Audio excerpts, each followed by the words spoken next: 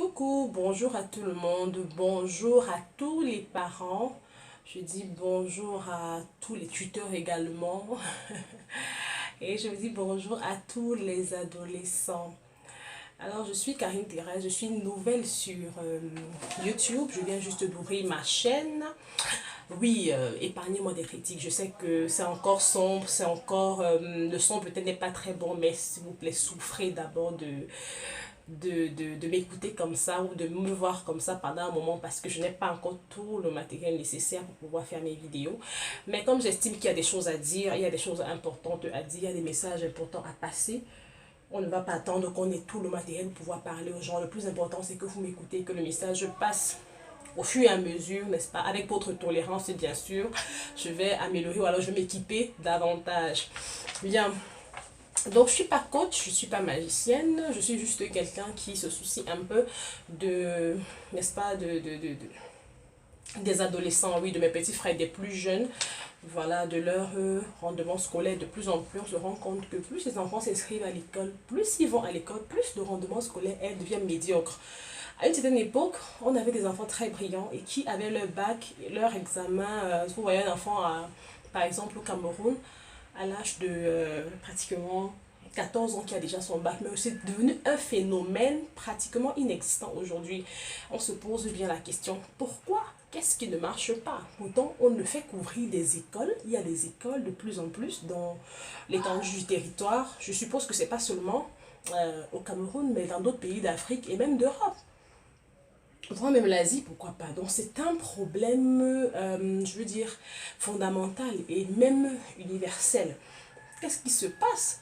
Dans mes petites recherches, je me suis rendu compte que c'est juste que les enfants, de plus en plus, manquent de techniques, n'est-ce pas? Ils manquent des techniques pour pouvoir, des techniques d'apprentissage, tout simplement.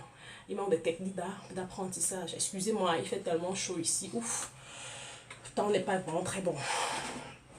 Donc, les adolescents manquent de techniques d'apprentissage. Et c'est pas forcément aisé pour les parents, n'est-ce pas, de leur montrer ces choses-là, ou bien même pour les enseignants. Quand nous observons dans nos lycées les effectifs pléthoriques, voilà, dans nos écoles, partout où même moi j'ai fréquenté, l'effectif est vraiment pléthorique, donc c'est pas du tout évident de prendre chaque enfant pour pouvoir, comment on dit, faire ce travail-là.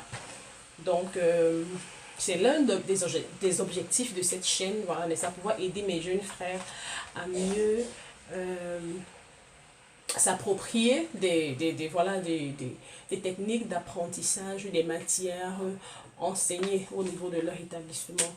Bien, voilà, aujourd'hui on va parler d'un facteur fondamental pour la réussite scolaire des adolescents. C'est la gestion du temps.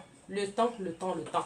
Peu importe le domaine dans lequel on se trouve, on a besoin d'être organisé. On a besoin de savoir gérer son temps. Du moment où on ne sait pas gérer le temps, il y a c'est-à-dire il y a de fortes chances que l'échec vienne nous visiter. Oui. Donc le temps est très très important dans la vie de l'élève comme dans la vie de toute autre personne. Bien. De plus en plus, les jeunes, voilà, se lancent dans plusieurs activités et ils n'arrivent même pas à gérer leur temps. On se demande bien comment les aider. Donc je vais donner rapidement quelques éléments qui vont voilà, aider ces enfants-là à pouvoir établir par exemple un emploi de temps. C'est la base. C'est pas le seul facteur, mais au moins c'est la base. Il faut déjà savoir le faire. Donc à établir un emploi de temps et voilà, à pouvoir lire de façon répétée. Bref, suivre cet emploi de temps-là. Donc, vous comprenez tout de suite que cette vidéo ne concerne pas seulement les adolescents, mais aussi les parents. Si vos enfants n'ont pas encore l'âge de regarder YouTube et tout, vous les parents pouvez noter ces éléments simplement et puis vous allez ensemble établir un emploi de temps à votre enfant à la maison et pourquoi pas le suivre par la suite. Et vous me direz s'il y aura un changement ou pas. Mais je suis sûre et convaincue que si vous êtes un parent sérieux et que vous n'êtes pas démissionnaire, comme on le constate aujourd'hui de nos jours, je suis désolée de le dire, mais c'est la réalité, vous allez avoir un rendement positif. Bien, on parlait donc de temps. Il faut dire que le temps de l'élève se gère en deux phases. On a le temps scolaire et on a également le temps extrascolaire. Le temps scolaire est ce temps-là, n'est-ce pas, qui est réservé pour l'apprentissage à l'école, aux matières enseignées. Et le temps extrascolaire est ce temps que l'enfant passe à la maison, qui est réservé aux tâches, aux travaux ménagers, aux loisirs, au repos, bien et aux études également. Maintenant, les éléments à prendre en compte lors de l'élaboration de l'emploi du temps de l'élève sont les suivants. La première chose, c'est l'emploi du temps de classe. Oui, lors de l'élaboration de votre emploi de temps, vous allez prendre une feuille. Désolée, je n'ai pas pu tracer. Je n'ai pas pu tracer un emploi de temps, je suis vraiment désolée. Mais bon, vous allez prendre une feuille, vous allez tracer, vous allez mettre les heures, vous allez mettre les jours, n'est-ce pas? C'est-à-dire lundi, mardi, mercredi jusqu'à dimanche. Vous allez mettre les heures du matin, peut-être 4 heures, et puis jusqu'à peut-être 22 heures. Bien, vous allez mettre les heures, et puis maintenant vous allez tenir compte de l'emploi du temps des classes. C'est important de déjà réserver les heures de cours au cours. Et voilà, ensuite c'est servir des heures où l'enfant n'a plus les cours à l'école pour pouvoir tracer un emploi de temps. Vous allez également tenir compte des matières difficiles de l'enfant. Oui, chaque enfant a des matières où ils ne sont forcément pas à l'aise, un peu difficile pour lui. Donc, vous allez vous servir de ça, de ses matières préférées. Bien sûr que les enfants ont des matières préférées. Il y en a qui vont te dire, moi j'aime pas cette matière-ci, moi j'aime plutôt celle-ci et tout. Donc, vous allez vous tenir compte de ça. Bon, vous listez.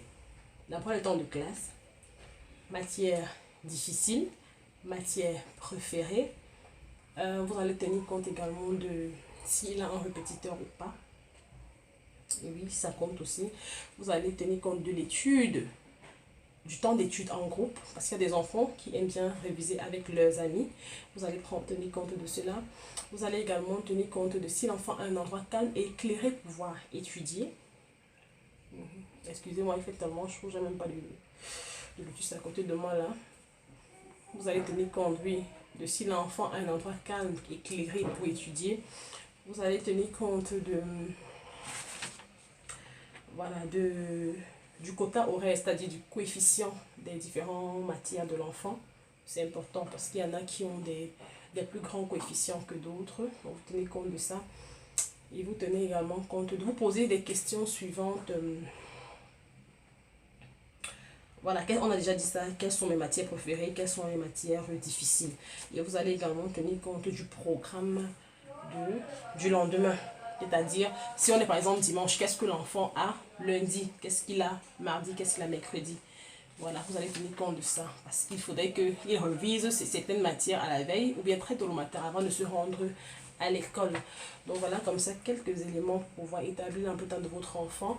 Peut-être que vous allez essayer d'établir et puis vous allez revenir me dire sur les commentaires ce qui était difficile et puis je sais pas, peut-être on va faire une autre démonstration, une vidéo pour démontrer exactement comment est-ce que on peut le faire. Voilà déjà quelques éléments.